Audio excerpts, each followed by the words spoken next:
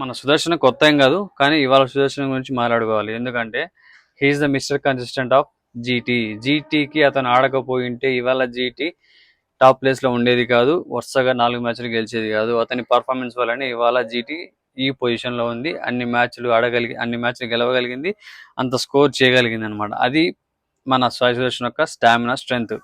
చాలా కాన్ఫిడెంట్గా, కూల్గా, కామ్గా ప్రతి మ్యాచ్ను తనదైన శైలిలో బ్యాటింగ్ ఆడుకుంటూ, స్కోర్ కొట్టుకుంటూ, టీంకి బర్డెన్ కాకుండా, టీం అరే ఏందిరా ఇది అనుకోకుండా ఈజీగా, చాలా ఈజీతో గేమ్ ఆడుతున్నాడు. ఈజీగా షాట్స్ కొడుతున్నాడు అనమాట, సిక్స్లు కానీ, ఫోర్లు కానీ.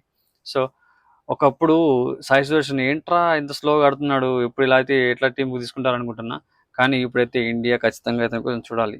నెక్స్ట్ సిరీస్లలో ఖచ్చితంగా అయితే సెలెక్ట్ చేయాలి అని అనుకుంటున్నాం. నా ఒపీనియన్ అయితే ఇదనమాట.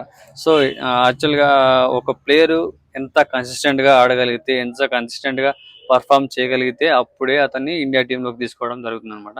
బట్ కొంతమందికి అదృష్టం కలిసి వచ్చేసి 1-2 మ్యాచ్లు ఆడగానే, అంటే ఒక సీజన్ బాగా ఆడగానే డైరెక్ట్ తీసుకుంటారు. బట్ సాయి సుదర్శన్ ఆల్మోస్ట్ కంటిన్యూస్గా జీటీకి ఆడుతూనే ఉన్నాడు ఫస్ట్ నుంచి.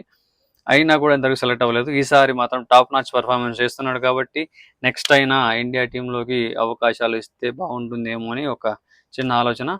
He's the left hand also. So left hand combination కూడా బాగా పనికొస్తుంది. జైస్వాల్ ఉన్నాడు అనుకో, బట్ కన్సిస్టెంట్ పర్ఫార్మర్ అయితే కావాలి కదా. జైస్వాల్ కూడా ఆడతాడు, సాయి సుదర్శన్ కూడా అవకాశం ఇస్తే హ్యాపీ అని అనుకుంటున్నా గాయస్. సో మీరేమనుకుంటారు, మీ ఒపీనియన్ ఏంటో చెప్పండి కింద కామెంట్స్లో. Stay tune, love you all.